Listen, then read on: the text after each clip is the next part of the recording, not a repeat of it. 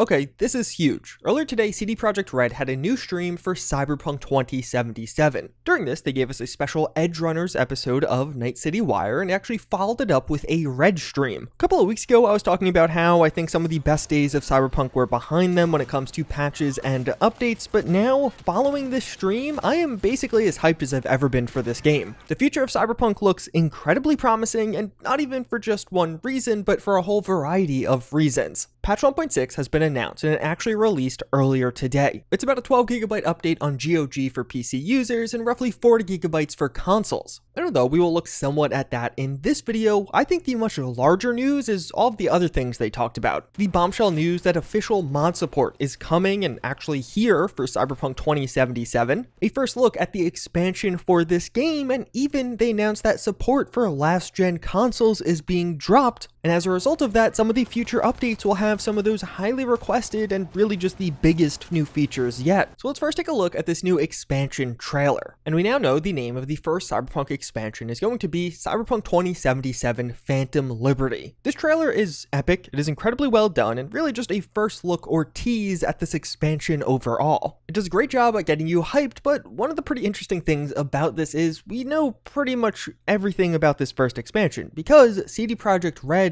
accidentally leaked all of the major story details earlier this year. So with that in mind, I'm not going to give any major spoilers for this trailer, but I'll just kind of explain who some of these characters we're seeing are, because you can figure it out based off the context clues that are given here. We can see a variety of shots of new locations in this, and it seems like what this is going to be is the combat zone, as this expansion for Cyberpunk will apparently contain a completely new district to the game. They actually mentioned this in the description of the YouTube video for this trailer. This is all going to be located around Pacifica. I mean, visually it actually looks quite similar to Pacifica, but the combat zone is going to be a bit unique in that it's going to be this place where corporations don't hold any power. There is a militia that is in control here, and even more so than Pacifica, it really feels like this is going to be more of a Wild West-esque location. This expansion is not just going to be going to a new place though. Apparently it's also going to play a bit differently. CDPR mentioned this during their stream, and also in that description of the YouTube video, it's described as a spy thriller, which is pretty interesting. I definitely wouldn't describe Cyberpunk's base game as a spy thriller, so perhaps this will actually have more focus on investigation, sneaking around, and perhaps some kind of corporate espionage all throughout. But even further, one of the other new parts they mention is this will have a new cast of characters, and we could definitely start to see this during the trailer. Many of the baddies we are fighting in this look completely new. They either are going to be having new armors for existing factions, or perhaps these are new factions added with this expansion. A new character in the expansion, and a pretty major one, is Songbird. They have this Johnny Silverhand-esque glitch effect, and it seems like there will be some gameplay elements at least where Songbird may be supplanting Johnny Silverhand. Now obviously Johnny Silverhand will play a role here, we could literally hear him talking during the trailer, but it seems like Songbird will play a role as well, and perhaps Johnny Silverhand won't have as much of a presence as he does in the base game of Cyberpunk. But one of the other core characters during this is Rosalind Myers, who we also see here. This is a very major character and the president of the new United States of America, which probably makes a lot of sense when you watch the trailer. There's flags everywhere. During it, we literally hear V pledging allegiance to this new United States of America. That I shall faithfully serve the new United States of America.